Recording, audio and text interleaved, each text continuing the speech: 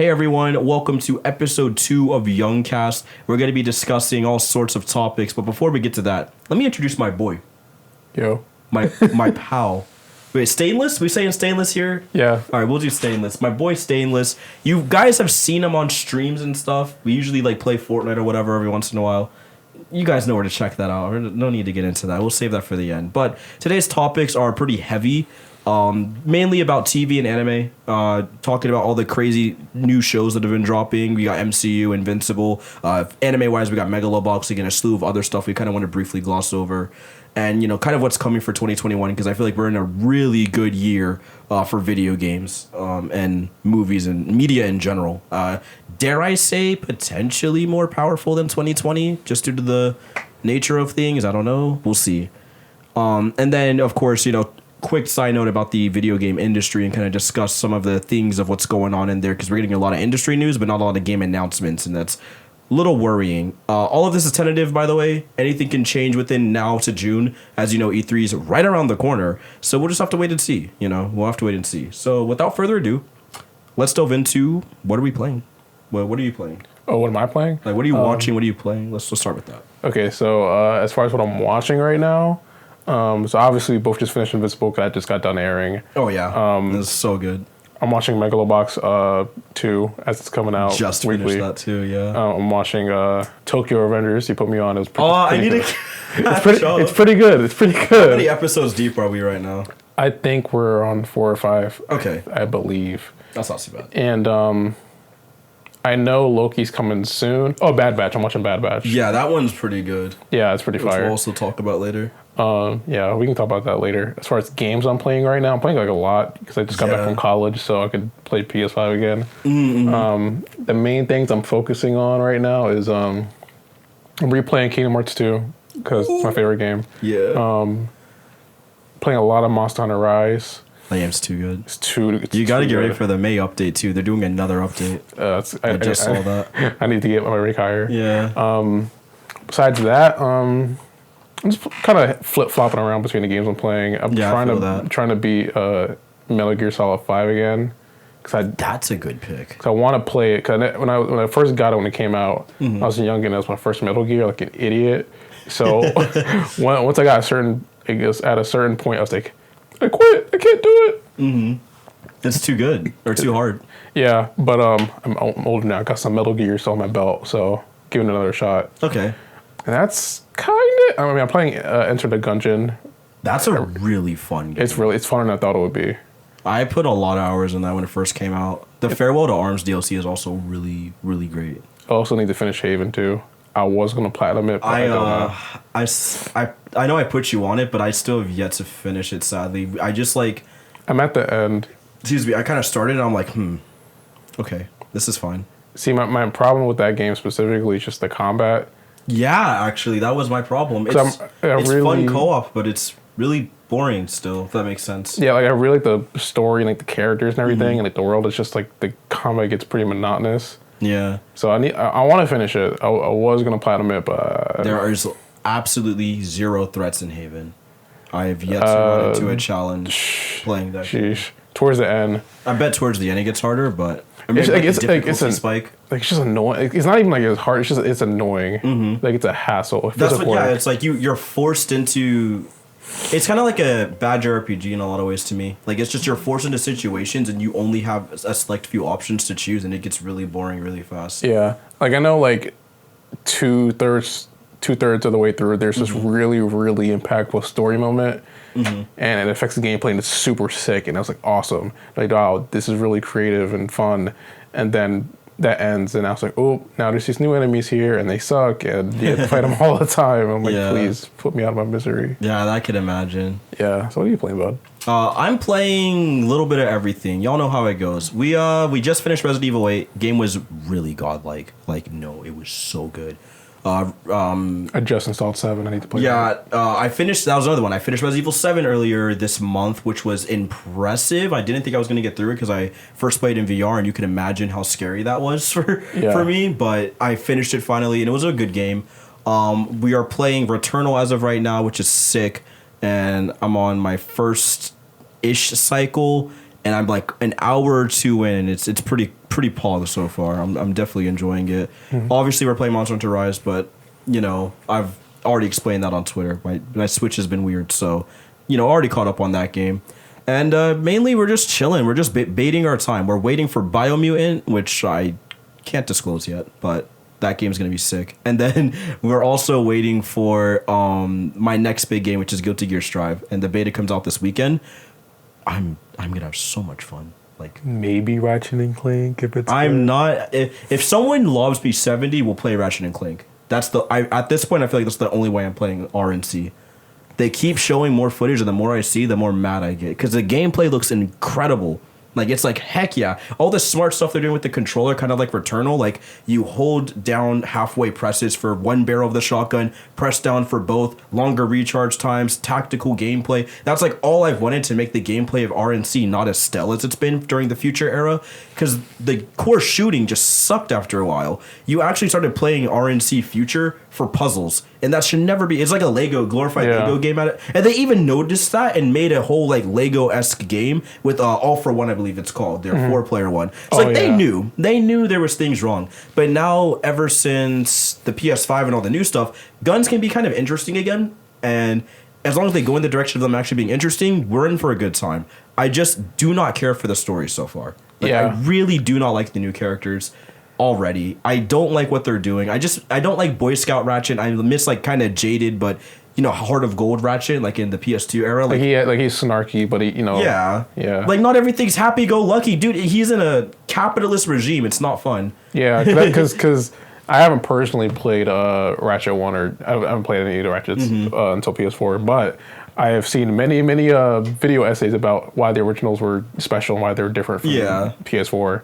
And I can see it. Like, you know, he was snarky. The themes on capitalism in the first game specifically were really cool. And then I played PS4. I'm like, okay, seeing all that, I want to see how this game is. And it was smooth brained. It's bad. It was pretty rough. Also, to be fair, the PS4 game, in my opinion, is Insomniac's only genuinely bad game. Like, it looks great graphically, but there's nothing about it that is even worthy of finishing it for me. Like, it's the only Ratchet game I haven't finished. Didn't we go to the theaters for that? We did. The crazy part is I think the movie is still okay. Like, I still think the movie is fine. It's just a baby movie, right? Like, it's a great way to introduce kids to the franchise. Like, that's how I see it. It's a genuine like 5 to 6 out of 10. Because honestly, like the new Ratchet stuff, it just seems like watered down of what it once was, and that's fine, I guess, since like they kind of rebooted it.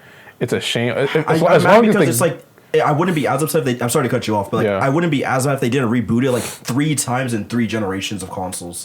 Technically 4 times if you count the PS5. It's like, guys.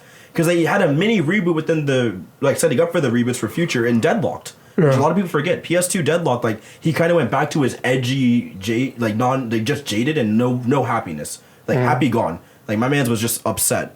Because they took Clank and stuff. They did all sorts of stuff to him. And then you get to Future, and it's like, wait... We're cool again. Like we're all happy and chilling and it's funny because game gets away with saying swear words every once in a while for a D+10. Ooh, you know what I mean? And it's like I don't know. It's fine. You can even tell like with the innuendos, they don't even have an innuendo in that one. Tools of Destruction. Yeah. It's like okay, and then Quest for Booty. It's like oh my gosh. I just think they need to stick a toad. They need to get a toad, and they just need to commit to it. Right. I don't know if you saw the trailer, but they like straight up call what's her name a whore. Engines in my head is freaking hard.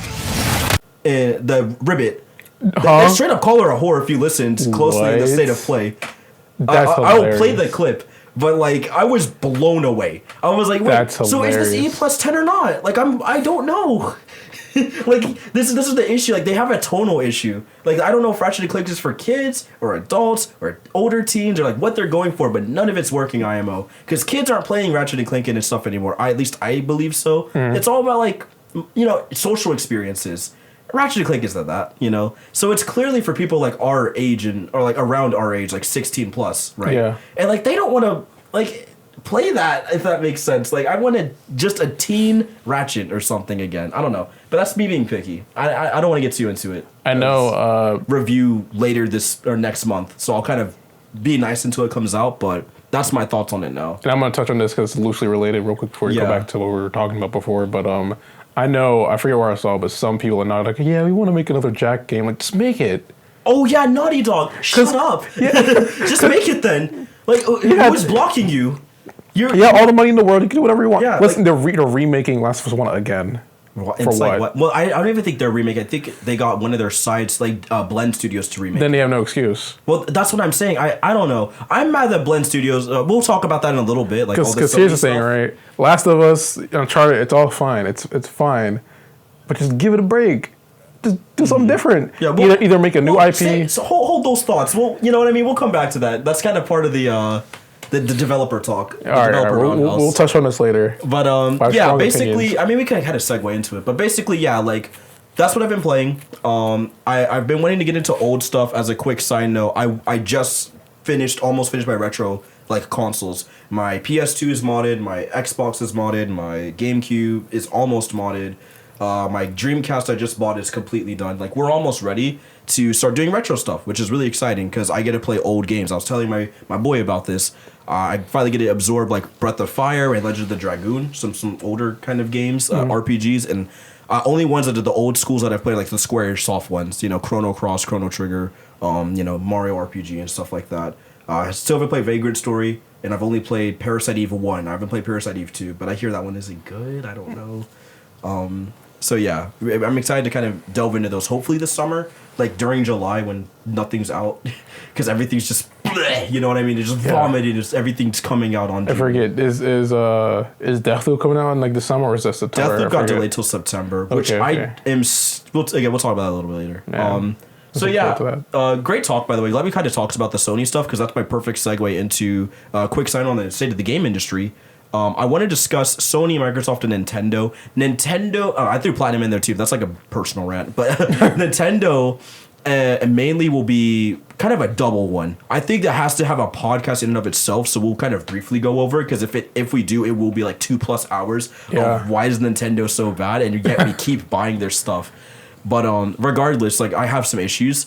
But with Sony, we'll kind of discuss first. I think Sony is holding W's. There's no denying that. No denying that. I mean, they are... Out of the companies, they are still one of the worst. Not as bad as Nintendo. Mm-hmm. Definitely not as good as Microsoft, though, in terms of like how they treat their customers and all that. And yes, the games they make are great. That's not what we're saying when we say like Sony's like, I guess, annoying or bad or whatever. Mm-hmm. They have incredible titles. Like, I'm not going to sit here in front. Like I was telling him the other, like I used to be a pretty diehard, like Uncharted's bad. All these TPSs are bad. I grew up and grew out of that phase. You know what I mean? Now I'm just like, hey, it was fun. Did I shoot some people and solve some puzzles? I'm chilling. Mm-hmm. It was a fun story. So like, you grow up or whatever. And now I kind of understand why people love those kinds of games. Before I just didn't get it. I still don't get it with Xbox fans. Like, you guys really wake up and play Gears of War. I feel so bad for you. Like, I genuinely feel awful. Like, what is your gameplay? You literally walk, shoot, walk for 8 hours. 8 hours of that. I could never. I'm not gonna lie. I feel so bad for Gears fans. The Gears XCOM ripoff actually looks funner than regular Gears. Oh, dude, it's great. That's the worst part. It's genuinely great. I actually played that one, a little bit of that one. It's not too bad. But yeah, you get the gist. Sony isn't the worst. My issue is kind of doubling back on or following up with my PlayStation Open letter. We do want to rectify some things I said in that video. Firstly, they did restore the PS3 and I believe the PS Vita PS Store. For now. Yeah, for now. Realistically, I expect them to, take it back down in a year. Right back down. In a year. Yeah. When people forgot. Mm-hmm. But it's going to be a shadow takedown too, I'm convinced. But, they did reinstate it. However, did they fix any of their issues? No. If you go to buy a game on the PlayStation 3 store or PS Vita store, just the PS3 store, you still can't see how much a game costs. You still can't see if it's added to your cart. I don't even think you can add games to your cart and stuff. There's a lot of issues with the PS3 store, and we are about to lose like decades worth of content, and that is still disturbing. Yeah. So once again, like I said in my video, I recommend, and there is no shame in this morally or whatever, openly condone it, mod your PS3 and start backing up your games. You know what I mean? You got to start backing them up, back up your DLC, or if you have to, go to places to get that done, because we have to preserve things. It doesn't seem like a big number, but flagship titles by Sony are still PS3 only. Ratchet and Clank Future franchise, for example. Metal Gear Collection. Yeah, Metal Gear Solid. Metal Gear Solid Collection in general. Metal Gear Solid 4. The infamous 1 and 2, and Festival of Blood. You guys get the gist. There's tons of Pain. I know that's an early game. Motorstorm. There's so many games that were PS3 exclusive that haven't been re-released. Huge issue. Like, this is your history. Like, why are you ashamed of it? You know what I mean? Like, these helped push that console, and the only ones you guys cared about were your third-person shooters, and that's just really weird to me. Like, no one wanted to bring back Infamous as a quick 1080p 60 FPS re-release. You know what I mean? Like, yeah. No one at Sony especially wanted to just throw that on there. Especially at the beginning of the PS4 cycle when Second Son was coming out. That would have been the easiest. Right, when there was nothing on your platform. That would have been the easiest, like, hey, play this to hold it off until Second Son comes out. We don't even have, like, Killzone 1 through 3. Like, they re-released the first game for PS3, and we don't even have 1 through 3 on PS4. Like, what is going on? It's also sad that you can't really preserve the Vita games because it's on one proprietary. Handheld. Yet, I know you guys can port them because Gravity Rush has been ported and so has Tearaway. Yeah. You can easily port some of those games over to... Because there's some fun games. Soul Sacrifice, dude. The heck is Soul... That game was sick. No, you know what I mean? But that's kind of my issues. Otherwise, Sony's fine. We're not going to harp too much on them. They're doing great. Just... Please listen to your pleas and make stuff backwards compatible. Yeah. Whether it be through your awful PS Now streaming or who knows what, just please do something. Because I know if you're like, oh yeah, it's because of the architecture, like the system. Well, that's why. Yeah. We could go into that because there's a whole emulator out right now. Exactly what I'm saying. Right. Like, you can just get the emulator and, run the software. Right. Ask them for help instead of being... Like, that's what Microsoft did. They saw people were making an emulator. They asked for help. Some got hired, allegedly. Which, with how many games they added, it might be true. And look at the Xbox. Now we got everything. Right, Almost everything. Almost everything's there. To get on Microsoft, because Sony's we've done enough. Microsoft, my issues right now, to kind of discuss what's going on. The stunt with Xbox Gold. I see what they tried to do. Right. I was about to say. Let's discuss. You guys thought you were Sony. See, that's the thing. They thought they were Sony for a second. Yeah. They thought they could get away. They got with cocky that. because Game Pass is so good. It's such a good value. They thought, yes, we could be anti-consumer. But no. Well, on the bright side, I believe it was Phil Spencer directly who went towards people like, this is not what we do around here, and instantly reversed things and made it better. He finally did what I don't even think Sony's done yet. Just make your games free to play if they're free to play. So you don't need gold if you want to play Warzone, Fortnite, Rocket League, all of that. So, hey, that's pretty big. That's a good, great thing. So now if you want to play those games online and you don't have gold, you can just play them. Straight. I don't quote me. I don't remember if PS5 and 4 is like that. I believe you still need PS Plus to play any of those games online. I think you do. Because that sounds like a Sony thing to do. But on the bright side, you don't need to pay. That right now. You don't need to pay online gold anymore to play those games. Also on the bright side, if you happen to have 12 months of gold and for some reason you keep buying gold, they're going to start promoting and pushing that you can free upgrade to Game Pass Ultimate or whatnot with, I think, either 2 or 1 extra month or something like that. You actually do not need PS Plus to play. Okay, that's games. Pretty cool then. Yeah, so Sony's cool for that. But yeah, great. Everyone's pretty consumer friendly. However, the elephant in the room. Yeah, online marketplaces alone. Microsoft, the heck is going on in your industry? What's going on in the studios? Let's discuss. Because here's the thing, right? Microsoft, what is happening? They're doing everything right except the one part that most people care about, and that's having good exclusive games. There's none. There's Halo allegedly. Like by the time it's out, it would have been Halo. By the time it's out, it would have been almost a year before we have an actual upgrade Xbox Series exclusive, which is ridiculous because it's like when you launch a console, you have to come out swinging. And say what you want about the PS5 in terms of power and exclusivities or whatever, it came out swinging. Spider-Man, Demon Souls, banger. There's a steady flow. Let me put it this way: as of now, I own the entire PS5 exclusive library. As of now, literally every game that's exclusive to PS5, I have. Demon Souls, Spider-Man, Miles Morales, Little Big Planet, a Sackboy, Returnal. I'm missing one. What am I missing? No, I think that's all of them right now, right? Which one am I missing? I think that might be. I think that's actually like we own it. You know, we went out of our way to basically purchase all the launch titles because they're great. And even the third-party ones like Black Ops Cold War, first time ever in my life I didn't buy it on Xbox. I bought it on PlayStation. First time I've ever done that with any Call of Duty. You know what I mean? Like, that says something. And you know why? It was because of the systems they had. Playing Call of Duty... Oh, the Pathless. Sorry, that was the one. Wait, what? That's not... It's out on iOS, but I don't count that. I don't want to talk about I thought it was on Series. Right no, not yet. No. Yeah. But, like, say what you want about, gimmicks or whatever. Shooting an MP5 and having your trigger rumble to the recoil is something that I just... It takes me right back to the arcade days, like when you're in the arcade using a light gun game, like and knowing what they're gonna do with PSVR 2 and everything, like that's very awesome. exciting. Yeah, because if you're gonna have that level of immersion, especially with VR, because from what the patents, they fully show the controllers off and everything now. We're gonna have a DualSense capability it's gonna be sick. It's gonna be awesome, and hopefully finger tracking too. It looks like there's some capacitive, tracking, but. Like Sony's doing a lot of stuff right, and even though they are being anti-consumer, I feel like we can just bully them into giving us what we want. Yeah, because they're just gonna have to take it. Eventually. And as far as like the content, like services being provided, that's where they're winning at. I feel like Sony and Microsoft are antithesis of each other because Microsoft has always been ever since Kinect era, man. Yeah, because Microsoft is very pro-consumer, and as far as like the services provided, Microsoft has better consumer like value systems in place. Nintendo is just an anomaly. Hold that thought.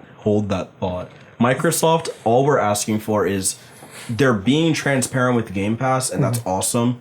I'm just asking for even Sony, they're very transparent with their games. This is Ratchet and Clank. Here's a new state of play. Here's a new PlayStation blog. Remember leading up to Miles Morales? This PlayStation blog shows like 30 seconds of new gameplay, 20 seconds of new gameplay. Here's new screenshots, etc., etc. Yeah. Microsoft, you have to have... They're taking what you used to do. You have to bring that back. Like Halo Infinite, we are in May 13th as of the recording, 2021. I ain't seen no gameplay. I've seen screenshots of the same exact vistas I've seen. In the first bit of gameplay. Right, and all I've seen is the same vista over and over, some new Spartan armor that honestly looks a little ugly, and some microtransactions no one agrees with except for you guys, which already makes your multiplayer look sus. Also, no talk of the Battle Royale mode yet. I believe was confirmed during E3, which probably got scrapped, let's keep it a buck. Or put in the back burner, knowing Halo. But it's like, there's not a lot here, and it's a little concerning. And I know it's like, well, you guys are just the consumers. Yeah, exactly. We're the ones paying for it. I'm the paying for it, so I'm allowed to voice these complaints. And also, you guys do not have a good track record. It's 343 at the end of the day. I don't care how many old vets you brought back in from Combat Evolved era. Don't think I forgot about what in the world Halo 4 was. I still don't know what it was to this day. The fact that you crammed, how much lore was it? Like 5 to 6 hours of Spartan Ops or something like that? Playable horde modes with full plot that no one played because it sucks? Like, let's discuss. Halo 5, arguably I would say the worst campaign if I didn't have such like a hatred for Halo 4, but I mean, that one is nowhere near the heights of 1, 2, 3 or even ODST. Like, what is going on, bro? So I don't know. Like, still a lot of issues. And then on top of that, you're doing the CGI teasers again. Perfect Dark got announced, CGI teaser. What's that? Fable, CGI teaser. You have a couple of gameplay, and then they just disappear. Crossfire X, I don't even think anyone remembered it. It's a new FPS by Remedy. It was supposed to come out at the end of December. What happened? Here's my thing, right? Here's another thing that I'm thinking. And this is radio silence. So here's the thing I've been thinking about. Ever since the Bethesda acquisition, my question is, how many of those games are going to be exclusive? Because Microsoft's whole thing is championing availability to the players. So are they going to shoot themselves in the foot and be like, hey, here it is for every other platform? Or are they going to be like, oh, timed exclusivity, or just straight up? I think they're going to pull a Sony and fire back. And this is where it gets a little too in like conspiracy theory stuff. So please bear with me, guys. I'm sorry if this sounds far-fetched, but hear me out. I think Microsoft, despite everything, knows that they don't have it in their like systems right now to get everything finished. Like not until 2022, 2023 with how their games are, which is fine. So I think they're playing the biggest long game I've ever seen. They're just gonna start buying stuff. You saw it with Bethesda first. Yeah. What's gonna get people into Game Pass on PC and Xbox? You can play literally every Bethesda game right now, for the most part. Just every Bethesda game. Why not? Right? And then, on top of that, what else do they bring in? They bring in, Square Enix titles and things of that nature. So now it's getting a little conspiracy theory where I'm thinking, okay, they're already buddy-buddy with Sega. They got Sega in the bag. They brought the entire Yakuza franchise, my guy. I mean, that was Sony's baby for a little bit. And Microsoft swooped in and took it. Then they said, give us that Phantasy Star 2 as well. Run that while you're at it. Then they're like, okay, who else can we get from Japan? We'll go to the people that used to love us 360 era. Bring Square Enix over here.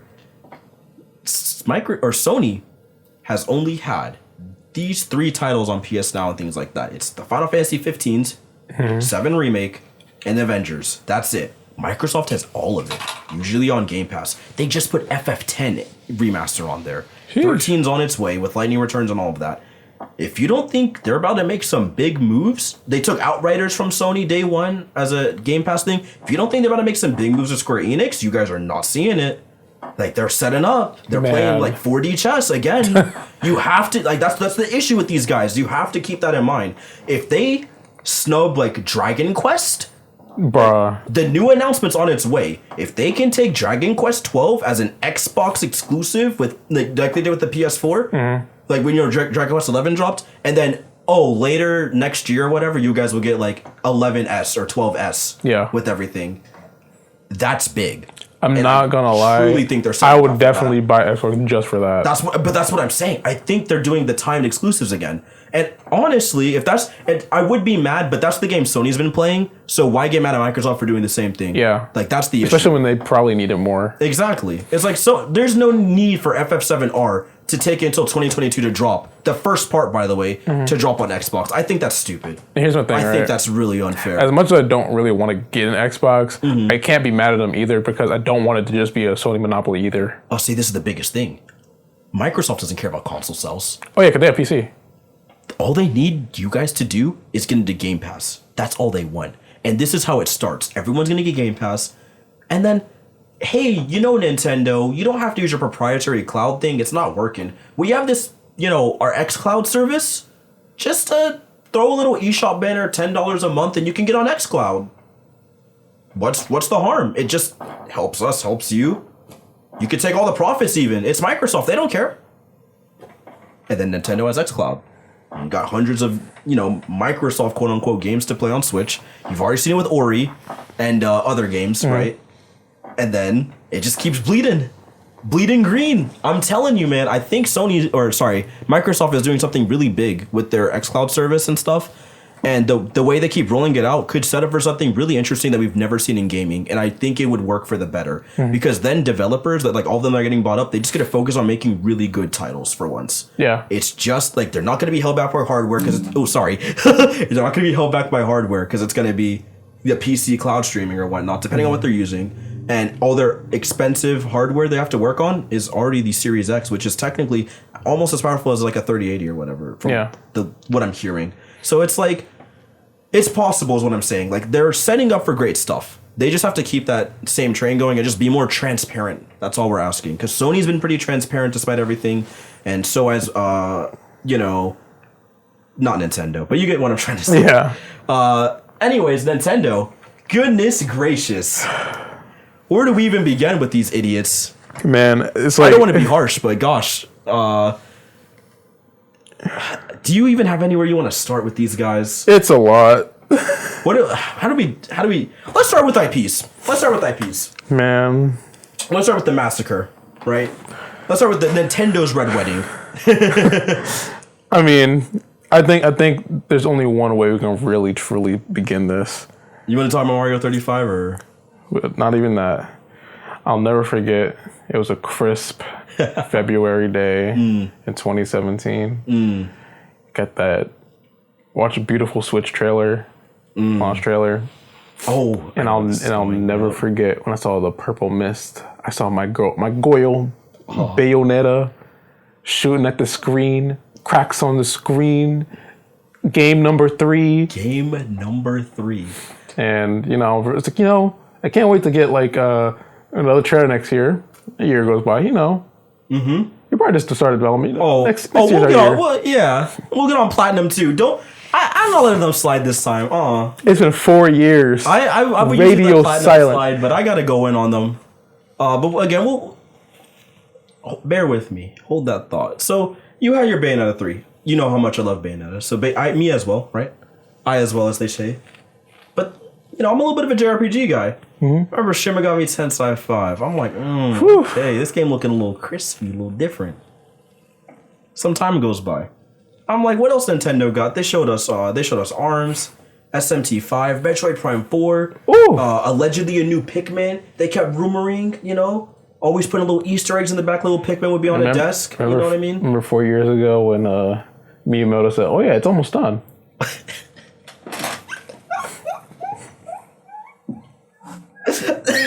Okay, where is it?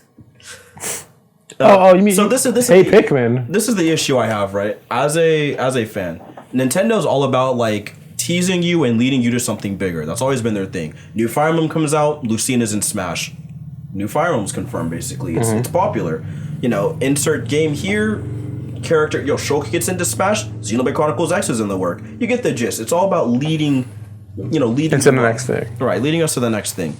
Nintendo does this a lot. Like they do this a lot. I look what like when they put Byleth in Smash, the DLC just came out. Right. Yeah. So I'm saying like they string you along. For me, my biggest awakening was I was watching them direct show some Mario Kart DLC. I saw Animal Crossing. I'm like, Animal Crossing Wii U? Oh no, it's in Mario Kart 8. Pretty cool.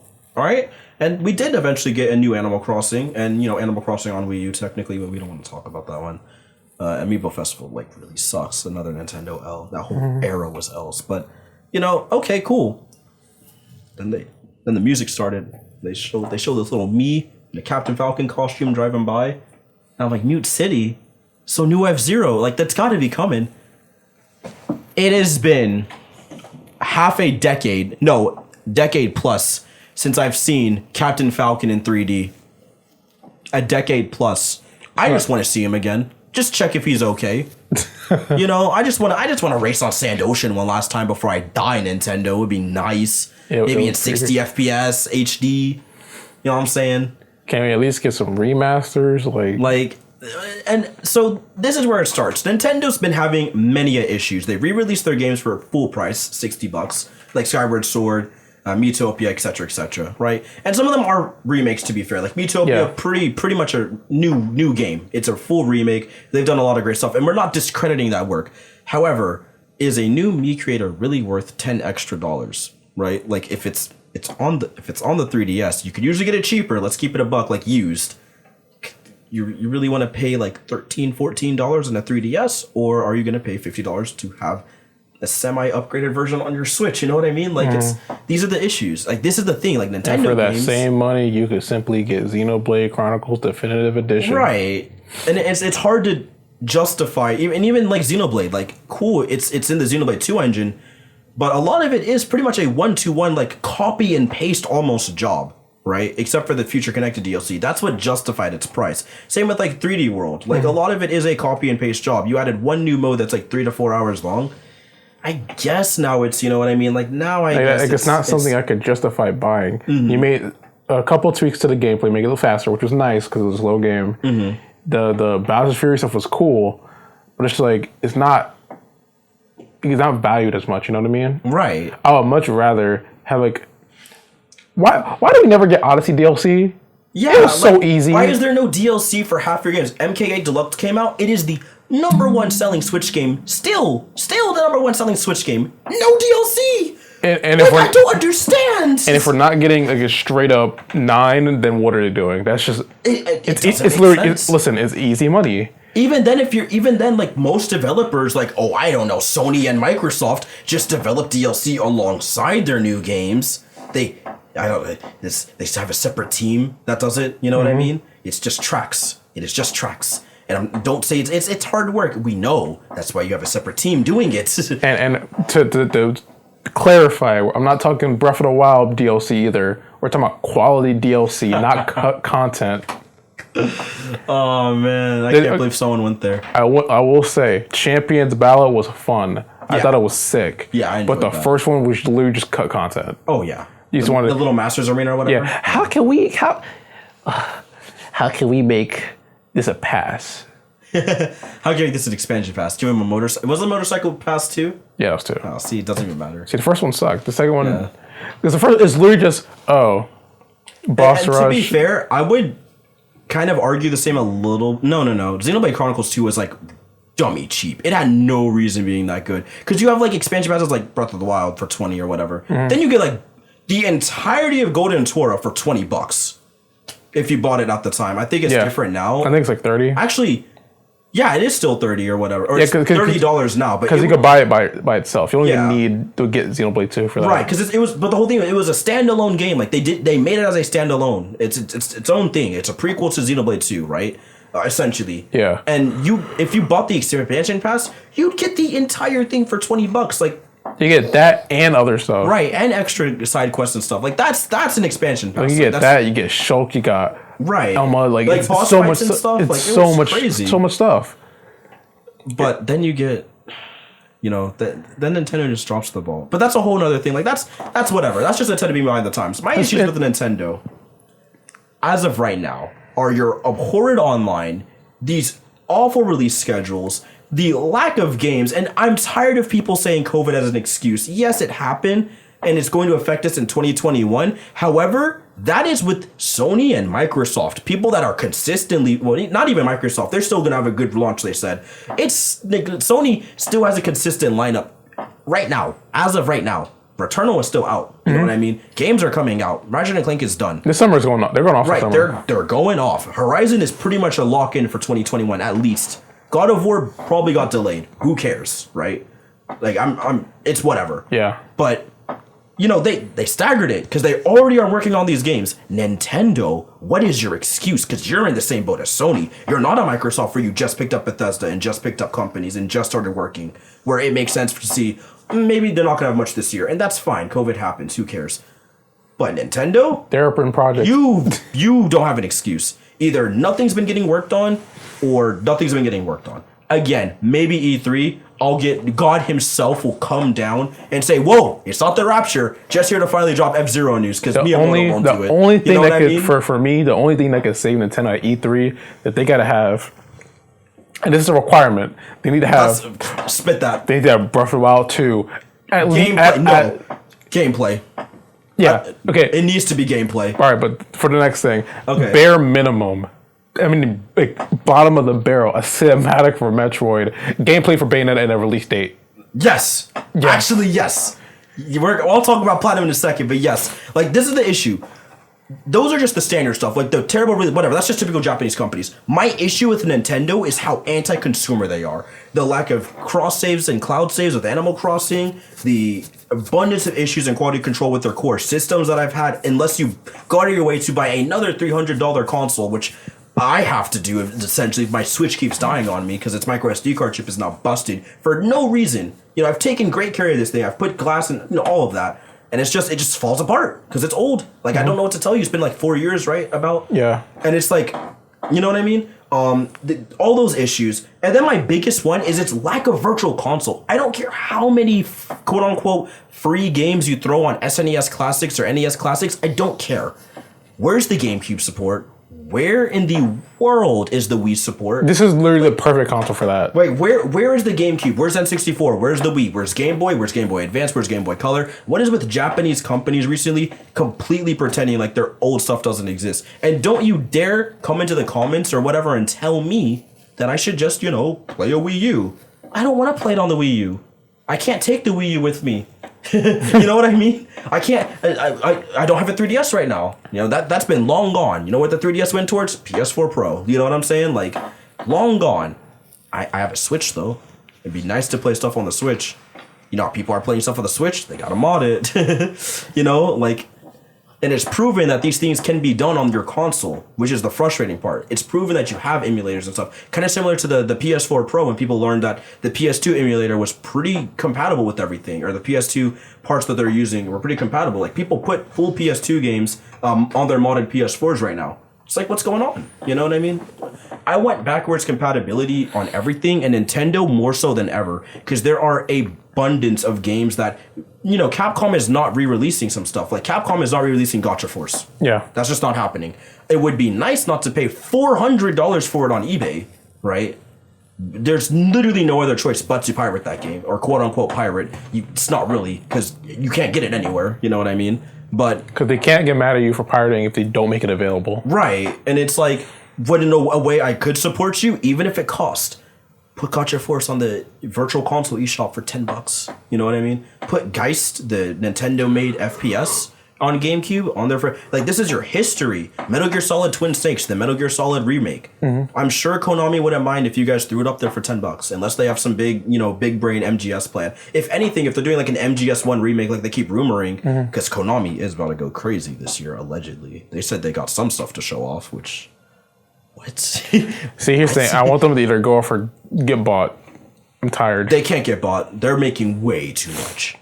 You'd be surprised. Those pachinko machines are paying bills, bro. This is insane. Or at least sell. Listen, at least sell your soul. Sell. You know what I mean? Sell the rights of Metal Gear. At least give it back, my man. I don't think Kojima even wants to work on it anymore. At least just give. I just want like, remakes. I just want to play them. Yeah, like go ahead and give it to Sony or someone. But like, it's been verbal. Like, Kojima's been done. Yeah. Like, that's why MGS5 ended the way it ended. Not to spoil anything, but it ended the way it ended because he's done. So he did the cop out. Do you know the ending? Yeah. Yeah. Everyone's big boss. Like, the heck. All right. I mean, I kind of liked it because I'm a weeaboo, so you know. You are a big boss. I'm a bit of a weeb. I'm like, oh, okay, this is cute. But yeah, you get the gist. Regardless, Nintendo, do your job. Like, I'm just so sick of full price games, your mini experiences, nothing being released. The 259 days of silence during that's inexcusable. That is inexcusable. The fact that all of you were like, "Ha, just memed it." No, that's unheard of. Like, if Microsoft or Sony pulled that, it would not fly. Yeah. It would not fly. And as a big JRPG fan, for me, that direct that they did was cool for me because like that last one they just had. Yeah, because a lot of that stuff I was into. Right. But I know a lot of people who were just like really disappointed. They were so mad. Like my dad, he's like, what was in there that my dad would like? Like, I'm genuinely trying to think. Famicom Mystery Detective. We both thought that was pretty cool. And what's that game called? Project Triangle. He said that was pretty cool. That's literally it. That's literally it. Like, there's nothing there, and it's like they're not doing anything either. Mario Golf, cool. Who asked? We literally Where's 3-on-3 2? We literally all said everything but Mario Golf. We were like, hey, wouldn't it be cool to get a new Mario Strikers game? Everyone wanted Strikers, and they looked at that, and it's like a deliberate heck you. It feels so it's like annoying. It's like a deliberate smack in the face. It's like if you go to McDonald's, hey, I want 10-piece chicken nugget meal. The guy rings you up and said, oh, you wanted a Big Mac, it's on its way, and you can't do anything to cancel the transaction. Like, I didn't ask for a Big Mac. And people will be like, oh, just get something else. No, because you need to go to a whole different store. Right. I come to Nintendo, I want to play Nintendo games. It's like there's certain things that you see your fans are asking for. The backwards compatibility, the universal cloud saves. Please dumb down or buff the online in some way. Yeah. The netcode improvements for Smash Ultimate. The Mario Party thing. Yeah, the Mario Party issues with trying to find friends to play that game for starters, and then getting those friends to play it and having to restart your console and everything. Like, the list is so catastrophically long with how many things Nintendo keeps messing up, and we can't do anything but sit here and just not pay for it. So yeah, that's my Nintendo section. I'm really done with Nintendo. I was told it's gonna be lengthy. I'll make a whole video dedicated to Nintendo. I mean, they're on their. They're gonna get theirs. they're definitely getting. All I'm saying is, if E3's trash, I'm gonna start writing a eulogy. That actually might be the end. Moving on, let's talk about some of the recent surge into great television / like media. Man, oh man. There's tons of stuff that I like. Personally, I've never been into Western live action or live action in general. The only live action stuff that I really consumed was stuff as a kid, like Ned's Declassified and all that. And, well, not even all that. It was literally just Ned's Declassified and maybe Hannah Montana and Sweet fact, Life. I almost met I remember that. Yeah, I was so okay. You should tell the story for context. At the college I go to, like a week before COVID hit, it's like, hey guys, the main guy from Nasty Classified School Survival Guide's gonna be at the campus. I'm like, yeah, I'm gonna bring a notebook with me, have him sign it. It's gonna be sick. And then I'm like, yeah, in like 2 weeks it's gonna happen. And then they said, oh, go home, COVID. And I'm like, okay, maybe we'll be back in time. Shouldn't be that big a deal. One pandemic later. Man. That's actual pain. That's actual pain. That's my favorite show. That's the man guy, the man horse. They just man. And looking off into the ocean, man. Yeah, that's pain. But yeah, as far as like the really good shows that have been coming out this year, I think for me it really all like started with the WandaVision. Because at first I'm like, oh, I see what you're saying. Yeah, because I'm like, this looks interesting. Cause I didn't know what it was gonna be like, and I thought it was really cool. Like for what it was, like watching it on a week by week basis, I'm like, wow, this is a really neat thing that they're doing. And then they got out of that, and then that last week was that was something. I won't hold you. Oh yeah, the last episode was it wasn't bad. It was just not what I was expecting. I wish it went a different direction because it was so creative and like fresh. And then it's like, oh, CGI fight at the end. Whoa! But her design do be hitting. Yeah, the design was sick. I won't lie. Yeah, good costume work again. And then Falcon and Winter Soldier came out, and I did not expect to like it as much as I did. I came in, I'm like, okay, this is gonna be. Oh man, it was so good. It was really good. I was expecting just another action, like the action version of WandaVision, basically. I really thought it was just gonna be by the numbers, basic buddy whatever cop kind of thing. Yeah. It was buddy cop, but not of the ways I thought. So I was trying, like... The trailers really did not do it any justice. Like, it was really good and really curious hard. How it was never trending on Twitter. Yeah. I'm sorry. It had a lot of heart, though. Interesting. It trended at the end because, I remember why it was trending, yeah. Yeah, I mean, for me, it kind of started with, like I said, I've never watched a lot of live action. I don't like it. I think live action American TV is shot awfully. Usually just shots linger, character acting and stuff like that. It just feels like I'm watching the same like people over and over, if that makes sense. There's not a lot like of diversity. Like it's just kind of until I grew up, and started actually like I guess watching stuff because all these Netflix originals and things. And I stumbled across one show this year that wow, like my mind was blown. Excuse me, and it was called The Boys. Oh man. And I watched season 1 and season 2 in like one sitting, and I was like, wait, this is really good. I need to watch The Boys. I was kind of shocked. It's got its moments of stuff that I don't really think is the best or well written or whatever, but it was very fun, and I won't say it's a deconstruction of the superhero genre or anything. It's giving it a little too much credit, if that makes sense, but it is, however, a very fun, mature superhero show. Yeah. I don't really feel a lot of the deconstructions, more so just to talk about honestly, like the way superheroes are, I guess, handled in modern media, and it's a really cool like look at how these corporations treat the heroes they turn out on screen. Yeah. If you you'll kind of see what I mean if you watch it. Like I think that's a really interesting angle to take rather than just the generic deconstruction. Of course, that's there too, but they do a really good job of like, wow, I never thought of it like that. So that's why to me, Homelander isn't just like an evil Superman guy like you guys see in the trailers. Like it's generally more like, this is what American society does to a person. Yeah. And it's really well handled. Overall, great show.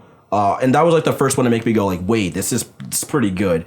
And after The Boys, I started getting into a bunch of other, I guess, like things with the MCU that happened later that year. And the MCU shows were pretty good so far, I'd say. I thought WandaVision was really fun. I liked a lot of the things they were doing with it. I even like again the last episode's whatever, but I kind of enjoyed it because it was a break, from everything. Plus there was like a year-long gap between like since the last thing, so like it was like the planet got the rest. Right. Yeah, before when we were back into it. So it's kind of nice to be like, oh, you know what? Cool. I just get to see Vision throw hands for a little bit. You know what I mean? So I'm chilling. And then Falcon and the Winter Soldier was just incredible. Like, it's great. It's really hard for me to find a flaw or things to nitpick with it because it was just really well paced and really well written. I really liked how they did Bucky's character too. Like it was just nice to see him kind of grow, and all that stuff kind of transpire. It was really, really well handled in my opinion. And I really would do with Falcon because up until this point he's just kind of been like token black superhero. Yeah, he kind of just been there. He's kind of been in there. The background. I wouldn't even say token. Like, he doesn't do enough to be a token. Minus Winter Soldier. Like, they put him in Ant-Man as a cameo, like, aha, look. Yeah, basically, yeah. Yeah, they made him, like, it was really heartfelt. It was a really, really good show. And I love how he gets his blessing from, you know, other black superheroes that came before him. Like, he goes out of his way to know that he's doing what he's doing for him, but also to recognize that, hey, it's for our people too. In a Like way. Isaiah Bradley, Rhodey, like, you know. Yeah, like it's great. It's like I couldn't believe the decisions they were making. Like, I couldn't believe that it was a Marvel movie this well written, finally handling like real world topics. We could argue a little bit that the immigration quote unquote stuff wasn't handled the best, as they do in most MCU stuff. It was vague and it was poorly handled because. I feel like it's, to be fair, they didn't have the writing chops or the people behind it, so they left it vague, and that I do respect if that's the case. Because here's my thing, here's my take about that. Because if they're gonna cover that topic, they made it seem like, oh yeah, this is a very like third world country issue that we are stepping into to help fix, but half the planet disappeared. Like this isn't some. You can't just be like, oh, this is like a war Iraq story. No. This is everywhere. Yeah. And they should have showed that, because the whole point was that it's like one world, one people, when you only show people from like a certain part of the world. You know what I mean? Yeah. It really made it really like, yeah, America got our stuff together. Again, as per usual. But that's my only gripe with the show was the Flag Smashers, I think they were called. Ultimately, I think I'd give it a 9.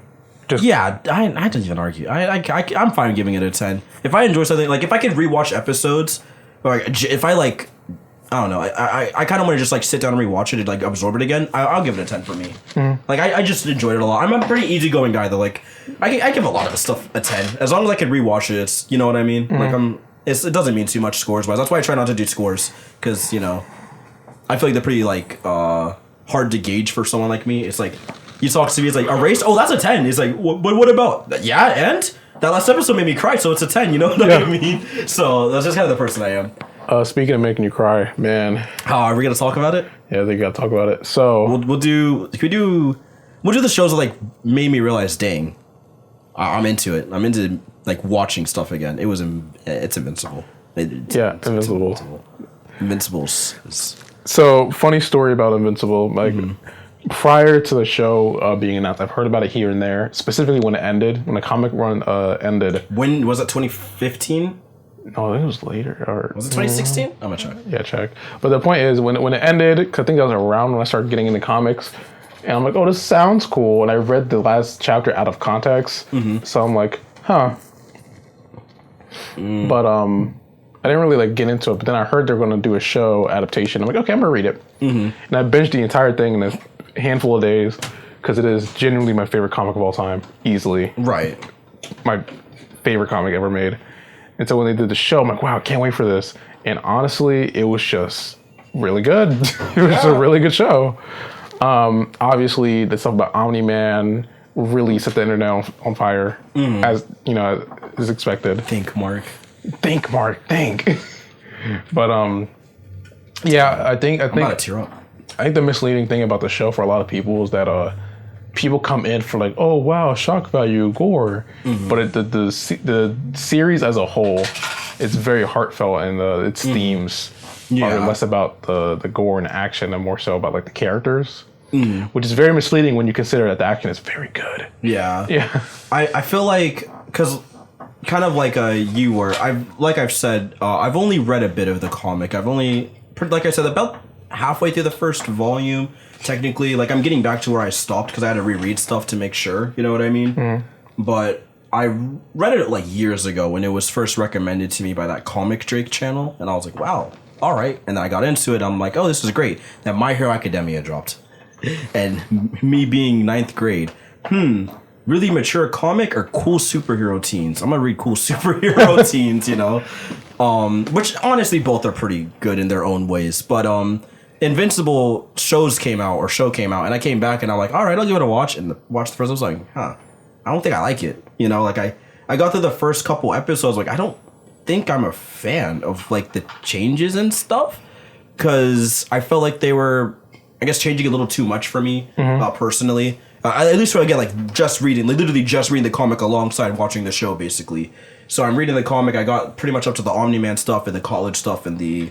I think that's where I stopped actually, like around the college stuff. You know, that's pretty far in the comic, compared to the show. But watching the show, they kind of squeeze a lot of stuff together and put events and kind of pick and place things, if that makes sense. Yeah, they move stuff around a little bit. Yeah. So it's like, okay, and I kind of see what they're doing, but I wasn't a big fan of a lot of the changes at first. Mainly just the school stuff. I think they cut a little too much out, even though some consider it fluff.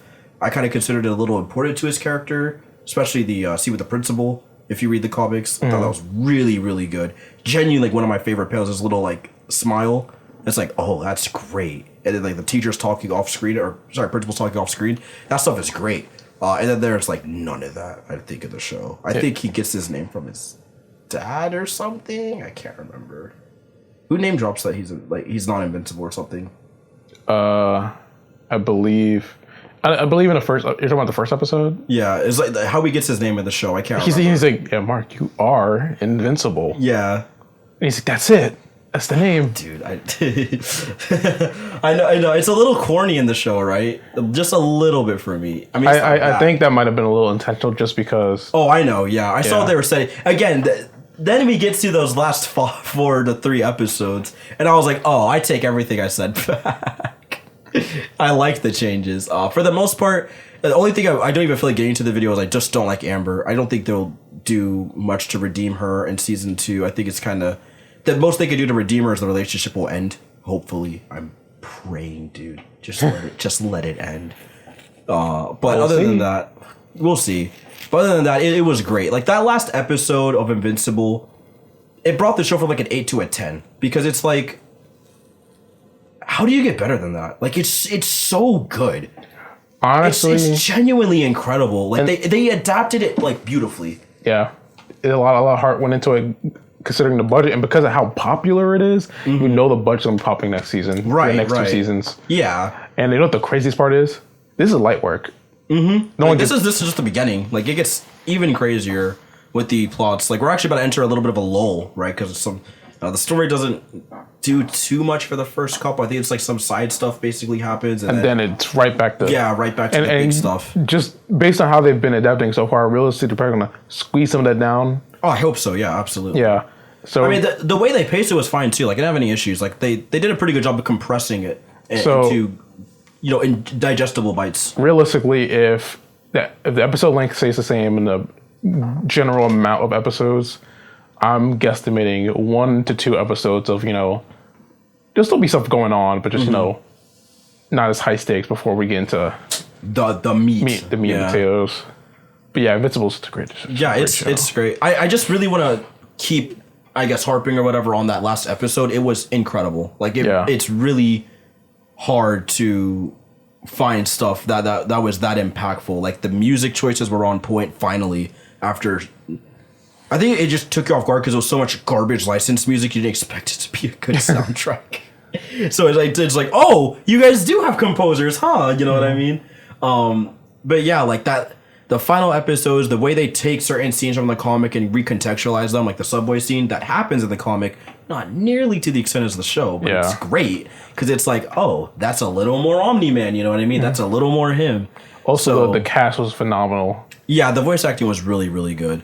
Yeah, for the most part. I think the voice acting was pretty strong. I think Steven Yeun was a little hokey at points with Invincible. Like, I think he got it at the end. Yeah, literally those last 2 episodes, like, oh, he figured the character out. You know what I mean? It's like watching it in real time. I think I don't know if it's first time voice acting, but I will say specifically, there's one episode like towards the middle, with the office scene where that guy pops up. Yeah. There's one delivery, where it's like, I'm gonna kill. Like that was insane. That was insane. That was nuts.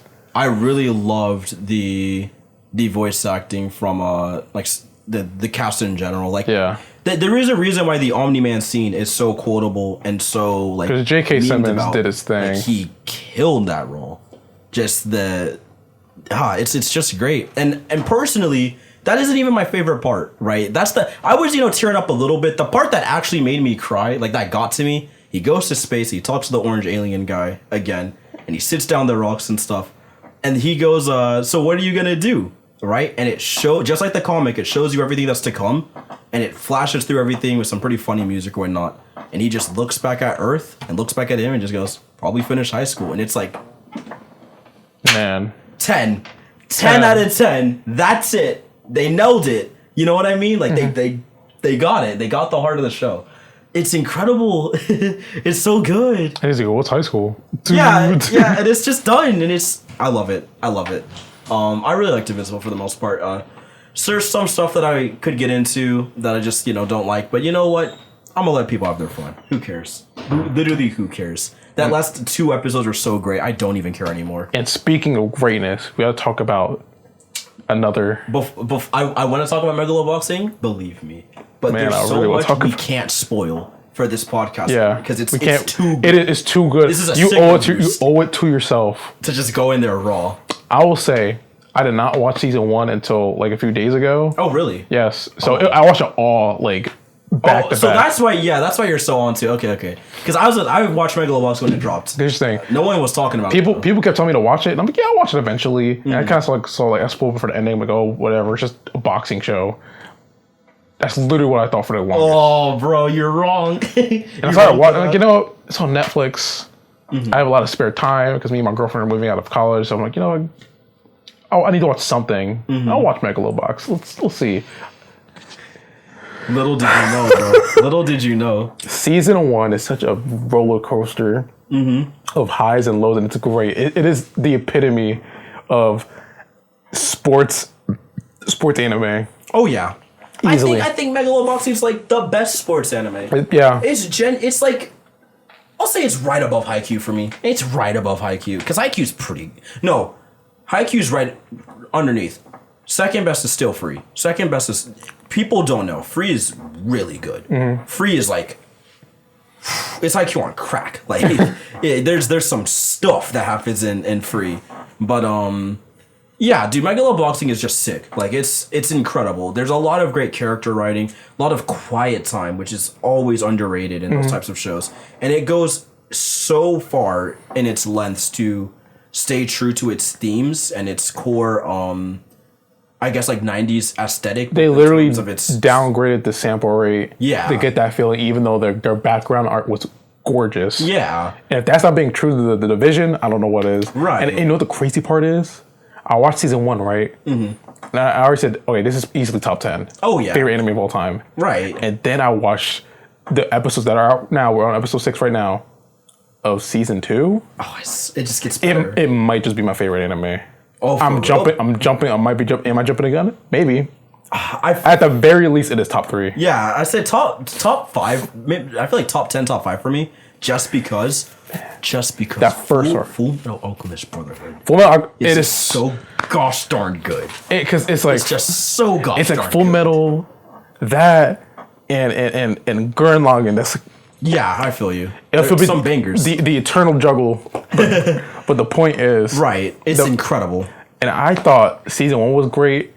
Season 2 just starts off. It's so good. I will say nothing but watch it. You owe it to yourself. And if you don't, let these homies know. Let them know. Gosh. Okay. Like I said before, I get too far into like why I think anime's been actually good for once. In a really long time, I feel like. Yeah. Megaloboxing, the first season, to me, is still underrated. I feel like people have watched it and people have talked about it, but only because it was on Netflix and majority of you guys had it in the background. So, thank you for the clicks, I guess. But like actually sitting down and absorbing it, it is by far one of the best, boxing / sports animes I've ever took in. Now, is the action great? Yes, but that is not even why it's good. Yeah, like the action is incredible. The core moment-to-moment animation is insane. There's a lot of really smart, character moments where they're just quiet and you're just seeing their faces, be reflective, and that is not only great for the story's writing, but people forget that that's just something we don't have now. Like, that is very 90s anime. That's very Cowboy Bebop. And the symbolism with the wolf. Yeah, there's so many great things about Megaloboxing that are hard to, just put into words without a full, blown video essay where I'm actually sitting down, rewatching episodes, and breaking it down part by part. You know what I mean?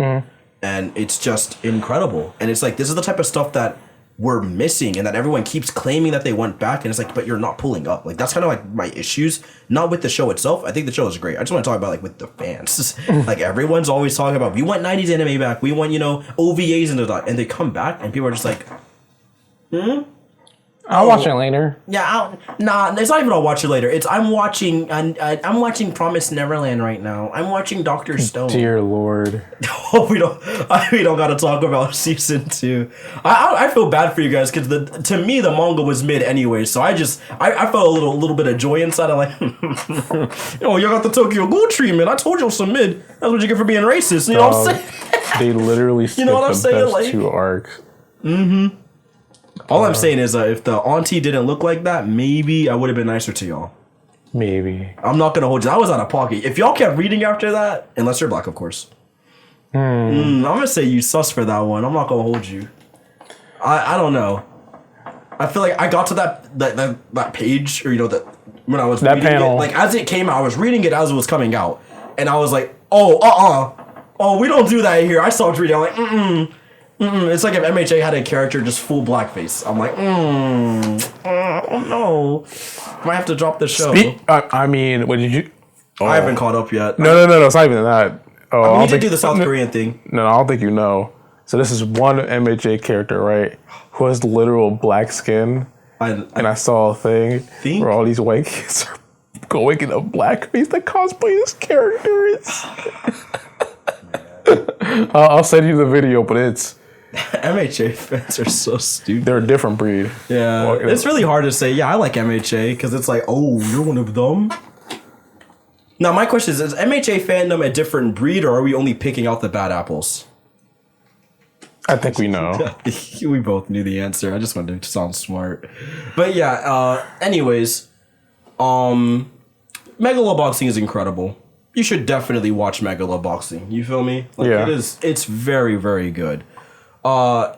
If there's things I'd recommend, like, it has very heartfelt characters and incredible writing, some of the most gorgeous environments I've seen, really nice animation. Like, it's just a 10. Like, everything about it is usually a 10.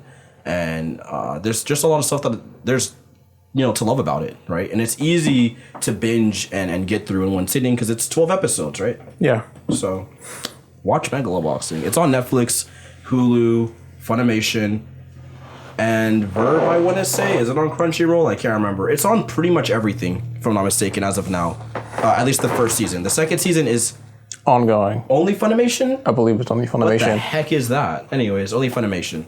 But yeah, so Megaloboxing to me kind of kicked off that, you know what, I'll try seasonal again. And I started going through some anime. And I found a lot of bangers during that era. There was this one anime that I don't talk about enough, mainly because it's kind of hard to discuss without people watching it. It's Bunny Senpai. It's very, very good, actually. It's a heartfelt, you know, anime about teenage woes and experiencing and dealing with various mental health and body struggles and, you know, bullying and stuff like that. And it's handled through puberty syndrome, which is like pretty on the nose symbolism about growing up, but in a different way. There's like growing up and, you know, getting older and, you know, having to do life stuff, and then there's growing up and trying to defeat your mental demons and stuff like that, which is mainly what the show focuses on.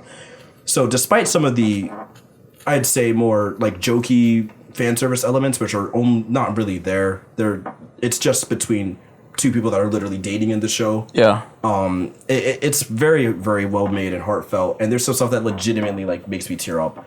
But that's when I kind of always kind of point towards and made me realize, hey, maybe anime is getting good again, like slice of life wise and stuff. Then there's some other ones that are slipping my mind because there's too many out there right now. Tokyo Revengers is one that I just started, and it seems good. We'll see if it holds that. I don't know. It's honestly, I thought the beginning was pretty but it gets better. Okay. I really like the hook to the beginning. I was like, oh, hold up. No, it to the moon. Yeah, it's getting much better. And I know the manga's out too. Demon Slayer is one that recently finished manga-wise, but its anime is still pretty great if you've seen the movie at all, Mugen Train. Just incredible. Like, oh my gosh, what a roller coaster, man. Like, I'm not even a Demon Slayer guy, but don't sit here and lie to me and say the movie wasn't gas, because it is. And if you say it's not, you're lying.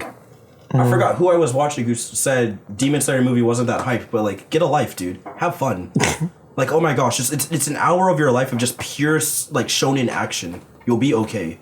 You know, don't really need a plot for that. And even then, that the stuff that happens is just like somehow tear jerking. Like I don't know why shonens keep doing that.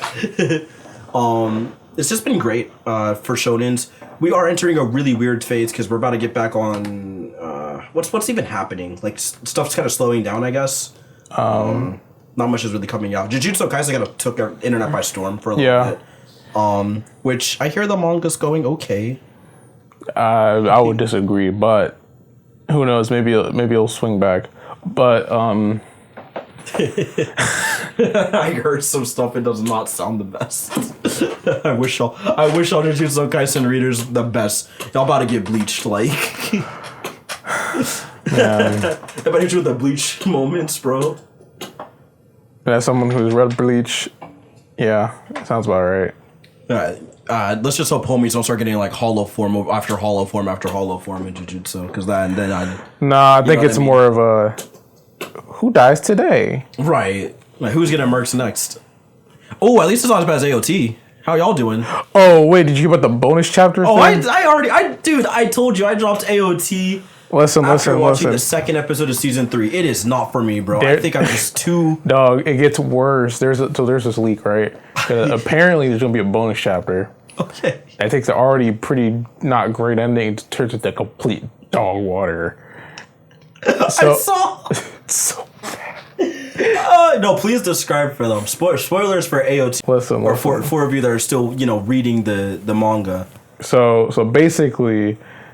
In the ending of AOT, Eren basically sacrificed himself to save all the people on Paradise Island, right? That was the whole point of him being this genocidal maniac, right? Because according to him, that was the best, most optimal way to secure their future, right? Yeah. Is to be the villain and have them kill him and then be like, hey guys, we're not bad, we took out the main villain. Isn't there time travel involved? Basically, he get to see different timelines if he did certain things. But that's not important. It's not important. Okay. So here's the thing, right? Even in universe, on the last chapter, like, hey, it's not guaranteed this is gonna work. They still might try to kill us later. Okay. And all the Titan juice is gone. So if they attack us, we're kind of done. Yeah. So why?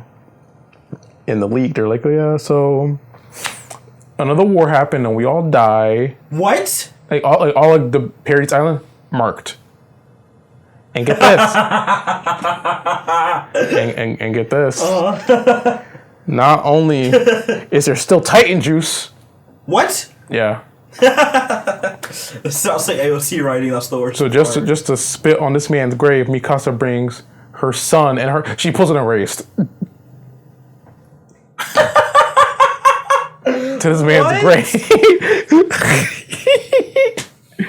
It is, and allegedly it's implied to be John, which is hilarious.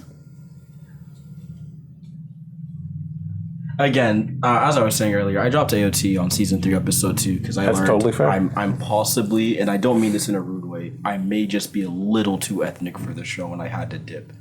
Like that's basically it. I just couldn't. I to this day cannot relate to a single character in that show. Hey, you ain't offended me. I didn't finish it either. I was about to say I can't. I'm sorry. Like I every time I try to get into AOT, right? Everyone's like, it's gas, it's goated. I start reading it and I'm like, who am I supposed to care for? Who am I supposed to relate to? Who am I supposed to, like, I do not care if Levi gets merged next chapter or if Eren gets stomped on or what. Like, I literally do not care. Like, there's not, and this plot just was going nowhere for me. Like, it's just all this crazy stuff starts happening, and it just feels like out of nowhere. Like, yeah, this person's daughter is actually the secret mob, whatever, and it's like, what is going on? Literally, season 2, we're just fighting Titans. Did I miss something? I felt like I missed something. I didn't miss anything, by the way. It just took a wild turn. Yeah. I didn't get it, and I still don't get it. And everyone that said it was peak fiction should be ashamed of themselves. Well, and Full Metal's right there. It's Full Metal's right there. Honestly, let's go over some Seinen. Berserk. Yeah. Vagabond. Vinland Saga. Like Tokyo Ghoul. Talk Tokyo Ghoul. Sure. Tokyo Ghoul on there. Chainsaw Man. There you go. I rather read-watch Chainsaw Man, and y'all, if you know me, you know how I feel about Chainsaw Man. I rather read-watch Chainsaw Man, all of it, 14 times over, than watch another episode of AOT. I can't stand it. My goat. I still think Chainsaw Man's like a 7 out of 10 manga, by the way, as a hot take. Is that a hot take? I don't think it is. It's not that bad. It's fine. It's fine. It's literally just fine. However, I do think it'll be a 10 out of 10 anime. I think the anime is going to elevate it for me. Because I'm one of those guys, like, I need to visually... Like, I used to be a manga-only type of person and just read. But, like, after MHA seasons, I became more of a, you know what? I need to, like, see, like, what's going on, if that makes sense. I'm kind of the opposite. I feel like, I don't know, like, just recently I'm just like, you know, if I see it, it feels a lot cooler. Like, Demon Slayer does not work for me as a manga. I can't, dude. Mm-hmm. But when I watch it, like, when I read the Mugen Train arc, I'm just like, it was fine, I guess. But when I watched the Mugen Train, I'm like, oh, I get it now. I'm talking. Yeah, it's like, I get it now. Because I feel like, depending on the paneling and da-da-da-da, it just doesn't hit the same. Yeah. Chainsaw Man does have some dope panels, though. Yeah. There's one panel in particular, a character's, like, dropping a knife, falls into the next panel, grabs it, and stabs a guy. Genius. Genius. Goes between the lines and everything. That was sick. All I'm going to say is if you haven't done it already, just don't read Fire Punch. Fire Punch? That's the manga's previous work. Oh. I feel like I've heard of it. You will probably not like it. What is it about? So it's in this world, right? Okay. Where basically people have powers.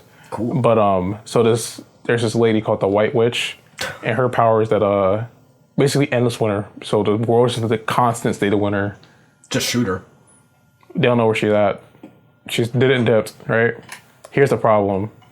So the main character and his sister, their powers was that they can they're Deadpool. Like, their regeneration so strong they can just come back from anything, right? Okay. And they meet this guy, and he has fire powers, but his thing is that when he sets the fire, it never goes out ever. So he burns their village to the ground and sets the main character and his sister on fire. But because the main character's thing is stronger, he survived when his sister died, quote unquote. And main character is just in a constant state of being on fire. And because it never goes out, he touches you with the fire and you die. This sounds like the edgiest thing I think I've ever heard in my life. It's so ridiculous. Is it good though? Because I read the whole thing. Now I'm intrigued to read it. I read the whole thing. That genuinely sounds more interesting than Chainsaw Man. All I'm gonna say is, if that Monogatari stuff bothered you to begin with, don't do it. Never mind, I'm good. Yeah. Oh gosh, ew. I feel like I know exactly what you're talking about. Oh, that's awful. Is it why she's dead? That's not why she's dead. No, is it why while she's dead? Oh gosh. Oh. At least just go for the necrophilia angle for doing that. Just go all in. Make it all edge. You know what I'm saying? Like, why wait? Why hold off? Nah. Heck it. The corpse too. He gets it all. You know what I'm You know what I'm saying, bro? Like.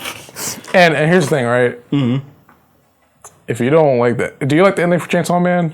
I mean, from what I'm reading, because like I said, I'm like 20 chapters. I can't bring myself to finish it for some reason. It's like Heaven told me, and I'm like, it's fine.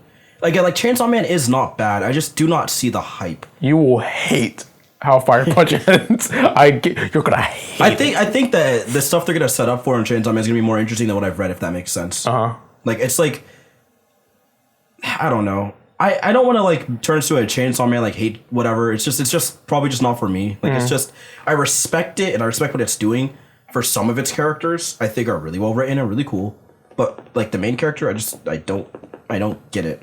That's fine. Like, I know people are like, oh, it's about, you know, him being manipulated. I'm like, well, okay, I guess, but technically so is half the country according to, you know, what she does and all that. Mm-hmm. So that doesn't narrow it down. You know what I mean? Everyone's a pawn to her. So I'm gonna need a little more.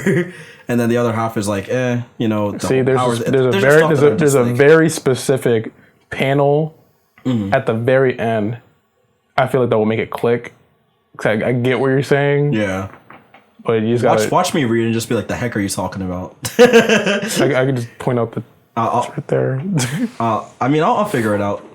I'm sure it's great. I'm sure the ending could probably bring it up for me, which is why I've been like just saying like it's okay and not saying outright, oh, it's just, oh, I don't like it. Which I mean, I don't like. I just think, again, I'm sure when it comes out as an anime, I'm gonna be like, this is godlike. Well, you didn't like the manga. Yeah, manga was black and white. This has colors. I'm sorry, it's Mappa. But I don't know what you want me to say. But yeah, I'm interested. Manga's been good. Manga has been good. Manga's been great. Kaiju number 8 is still going strong, which is pretty awesome. I need to start Spy X Family. Yes. Oh wait, so you're starting it too? Yeah. We'll start at the same time. Okay. I'm gonna literally just reading that. I'm only 2 chapters in. That is how far I've gone in Spy X Family. I read 2 and I'm like, this is cool. I have read 1 out of context chapter. I'm like, this seems fun. Yeah. I guess there's Kaguya-sama. Not really reading that. I hear it's great though. I like it. I mean, y'all say what you want. MHA been kind of heat recently. It's been doing its thing. It's doing its thing. Ever since Shigaraki's arc, I'm like, nah, I'll never let anyone trash this. It's too good. It's too good right now. Yeah, banger. Try to think. What else is popping? I know you don't read it, but I read One Piece, and it is. Yeah, no, One Piece. I catch up. I'm a sideline One Piece fan. I literally, I don't read, I don't watch. I just look at the wiki, look at the clips and stuff in the manga panels. Like, yeah, this is gas. Because I can't bring myself to read all that. I've been, like I said, I haven't read since Ace died. Basically, that's when I stopped, and I just same with anime. I watched it until Ace died, and I'm like, you know what, I'm done. Just kind of osmosis, just like. Yup, and I just observe from the sidelines now. I'm like, oh, what's popping with Big Mama? Okay. All right. Oh, Carrot Island arc? Oh, that was heat. All right. I don't know what's going on, but y'all having fun. This looks gas. I know. I watched the fight with Thomas because he was so happy, and I got hyped watching it because he was so hype. I was like, yeah, I see why One Piece fans like this. Yeah. I watched the movie. Was it? I think was it Gold? I didn't go. No. Weren't you? Yeah. So no, I wasn't there. For Stampede? No, I wasn't there for Stampede. Oh, okay. Yeah, I was. You must have been with someone else. I wasn't there for Stampede. I was with You guys invited me, and I was like, I'm not a One Piece fan. I want to bring you guys down. You know what I mean? I wasn't a One Piece fan. I still had a good time. Yeah, that was a really good movie. No, it's a good movie. I watched it on anyways. Yeah, I watched it. We won't say how, but I watched it. It was on my screen. Right. And yeah, I mean, I enjoyed it. I think One Piece is just swell. Like it's again, like I was saying about other shonen, I find it really hard for people like I never understand people that nitpick shonen. Like it is so for its targeted demographic that if it's not for you, just dip. Like there's so much other stuff out there. You know what I mean? It's like One Piece. Like I think I was talking to Thomas. I was like, yo, One Piece. The reason why it's great is because it's for a very, select group of people. It's for a very, niche kind of thing. If you like it, you like it. If you don't, you don't. You know what I mean? Yeah. And it doesn't change much. It doesn't drastically alter characters. It doesn't have insane writing. It's just good. It's just consistently good. Sometimes great, you know what I mean? And that's all people are asking for. Some people just need that stability, right? Yeah. So, no issues. You'll never catch me trashing One Piece. I just think it's cool. I did trash One Piece before in the past, though. But, I did it for memes. But yeah, basically, exactly. I did it for the memes. But it's good fiction. However, on the flip side, Fairy Tail, we're not talking about. That's actually bad. If you like Fairy Tail, you need mental help. You need help. Same with Ruby fans. Y'all need help.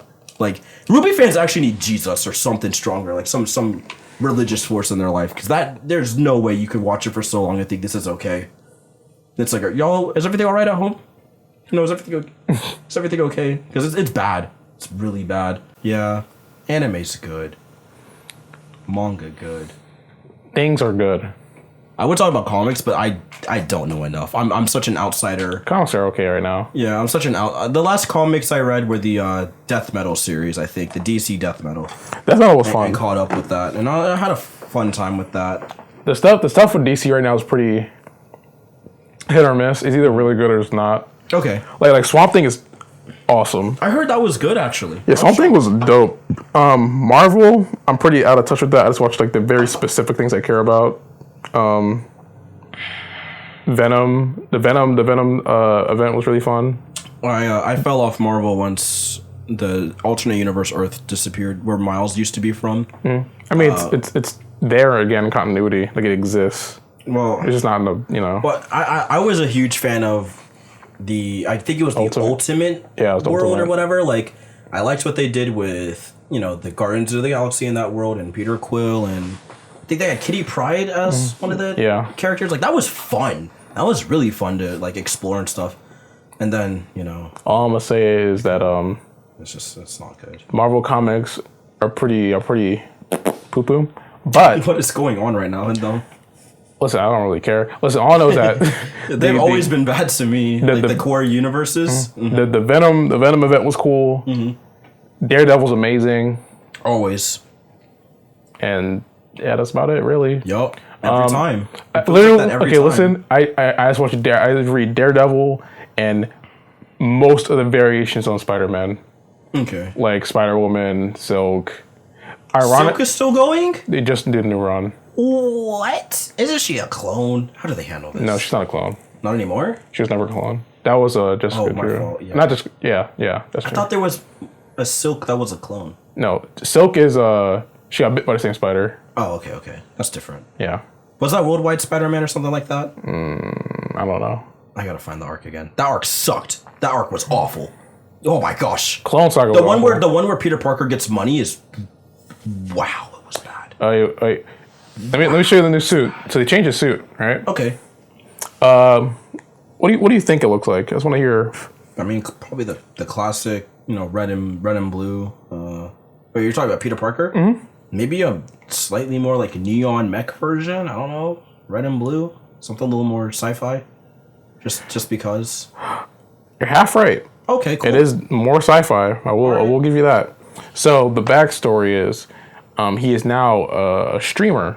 He streams his crime fighting for the Daily Bugle. Yes. What? He streams his crime fighting for the Daily Bugle. That's cringe. And here's his suit. I wish I was joking. I mean, it's rough. It's not the worst, but it's bad. For Peter Parker. Yeah, it's bad. It's gonna look great in the Insomniac game, though. Mm-hmm. All this trash talk until we play the Spider-Man 2. You know what I mean? Dang, you think I'm playing Peter? Crazy. We're probably playing Venom and Peter and Miles. We'll get 3 characters. I'm thinking. How are the SSD you could switch between all 3? Really? Calling it now. What I'm thinking is for Spider-Man 2, it'll probably be just Miles and Peter, but Peter gets Venom powers to keep up with Miles because he just has better kit. I feel like they're gonna go a step further. It's gonna be a co-op experience. That'd be kind of sick. I have a good feeling about that one. I'll actually put like money on that. Mm-hmm. I'll put genuine dollars. And we'll put $20 in Dogecoin if $20 in Dogecoin if Miles and Peter are co-op playable partners in some sections of the game, whether it be online multiplayer or you just get to switch between the two on the fly for a mission. I think that'll be fun. Yeah. Overall, that's pretty much it. Fiction's been getting really good. Media's been getting really great. I guess we'll end up with some recommendations. I have some stuff I want to recommend you guys check out. You know what I'm saying? Before this drags on too long. Firstly, I really recommend Monster Hunter World. Well, that one too. That game's sick. Monster Hunter Rise and World. Especially if you just want a good grind game. We're approaching summer, and summer is the time where most kids are getting off school. And you could just binge, right? Time to grind. Yeah, and if you are one of those kids who doesn't have a, it's not that you don't have a life. You're just doing other things with your life. Never think like that. If you're wanting to just absorb media because you don't have jobs or whatever, it's cool. It's COVID. Yeah, dude, Monster Hunter Rise is perfect for that. It's gotten consistent free updates, right? It's very easy to get into, pretty active communities everywhere, so you should be able to find friends and make some online friends. And if you want to get into Monster Hunter, it is pretty much the easiest one. Oh, yeah. Pretty much the easiest one to get into. Like, for new players, it is pretty punishing. There's a lot to manage still. But for veteran players, yeah, it's a little bit of a cakewalk, and that's okay. Moving on from that, I think another great game, if you have a PlayStation 5, if possible, I really want you guys to play Returnal. It's probably the closest we'll get to a good Aliens. Like, that hurts to say, but yeah, that's as close as we'll get to a new, like, good Aliens. Like, like Colonial Marine style. Like, the Marines, not the horror stuff. Yeah. It's got the combo, which is what we want. The way the enemies, like, maneuver and stuff is just incredible, and it looks gorgeous. Yeah, please play Returnal. If you have the money to spend, please play Returnal. Moving on, those are like my games to recommend. Obviously, Hades and stuff like that. But it's other things. All I gotta say is play Amori. It good, but it is very very dark. Yeah, make sure you go in there with the right headspace. I think the game already has trigger warnings and stuff. I will say. Does it have trigger warnings? Or? It does. But a lot of people. Okay, so a lot of games have like trigger warnings, and a lot of people are like, oh, whatever, I can handle it. But this is like one of the rare occasions I'm like, yeah, actually, like. Yeah. It's dark. Yeah, make sure, depending on what you're playing, you respect the trigger warnings. They're in there for a reason. Don't get mad at the game. I, to this day, wish I respected the trigger warnings in Doki Doki Literature Club, because I refused. I thought it was a joke. I genuinely was like, it's a cute dating sim. There's no way it has suicide. Never, ever do that dumb stuff again. And then I'm crying for the entire first act. And I checked the notes and I cried harder in the game. Dude, that game's sick, by the way. Oh, man. I could talk about that game for a minute, but whatever. For TV, Invincible. Watch Invincible. Megaloboxing seasons 1 and 2. Easy to binge. That's not even a weekend. Required reading. Yeah, these are required shows to watch / absorb. Same with the games. And again, if you have the money and stuff to spend on it.